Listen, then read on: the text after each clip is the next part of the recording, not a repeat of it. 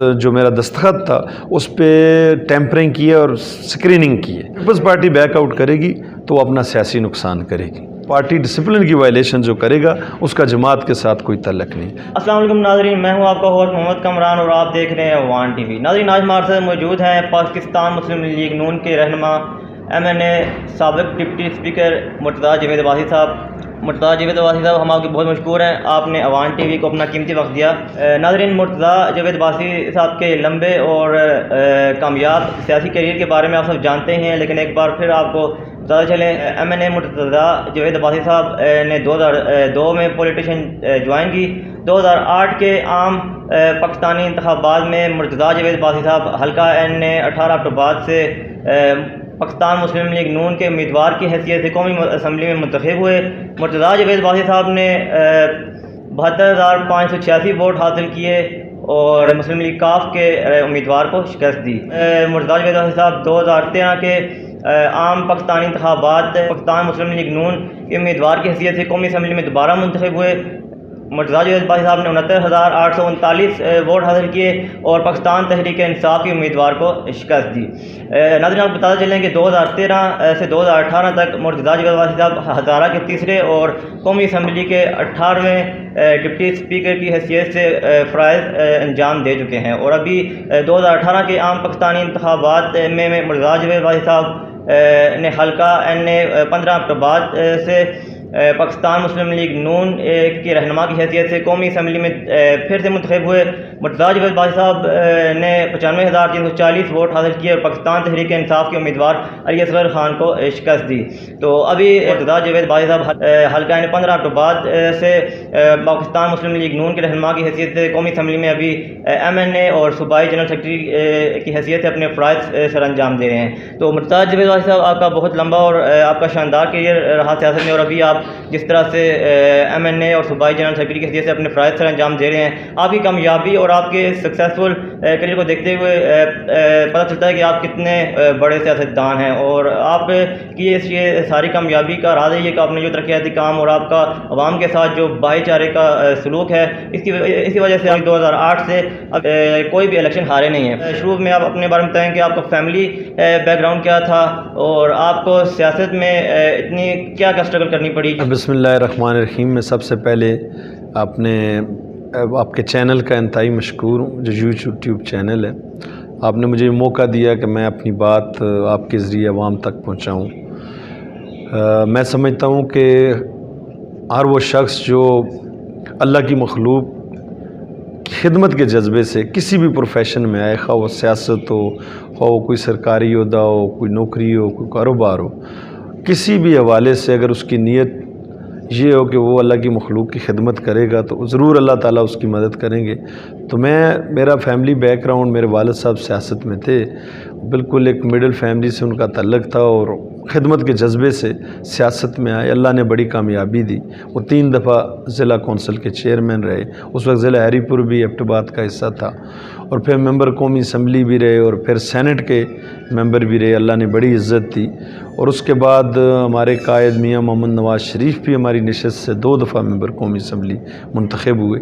یہ اللہ کا بڑا کرم تھا اور عوام کا بڑا اعتماد تھا کہ عوام کی خدمت جو عبادت سمجھ کے میرے والد صاحب نے کی اور ایک پارٹی پلیٹ فارم سے کی، اس حلقے کے اور ضلع کے عوام نے ہمیشہ اس کو ویلکم کیا اور اس خدمت کو ہمیشہ عزت کی نگاہ سے دیکھا۔ تو جب میرے والد صاحب اس دنیا سے فانی سے چلے گئے تو میری بھی بڑی انوالومنٹ تھی یوتھ ونگ میں، MSF میں، پارٹی پالیٹکس پریکٹیکلی میں نے وہاں سے شروع کی، اور پھر جب وہ یہاں پہ دنیا فانی سے چلے گئے تو حلقے کے عوام نے خود مجھے یہ آفر کی کہ آپ آئیں اور اس حلقے کے سیاست کے پلیٹ فارم سے حلقے کے عوام کی خدمت کریں۔ تو اسی جذبے سے میں اس میں آیا ہوں، اور نیک نیتی سے اللہ کی مخلوق کی خدمت، ان کے ترقیاتی کام، ان کے مسائل حل کرنے کے حوالے سے جو میرے بس میں ہوتا ہے، انشاءاللہ میرا ضمیر مطمئن ہے کہ میں کوشش کرتا ہوں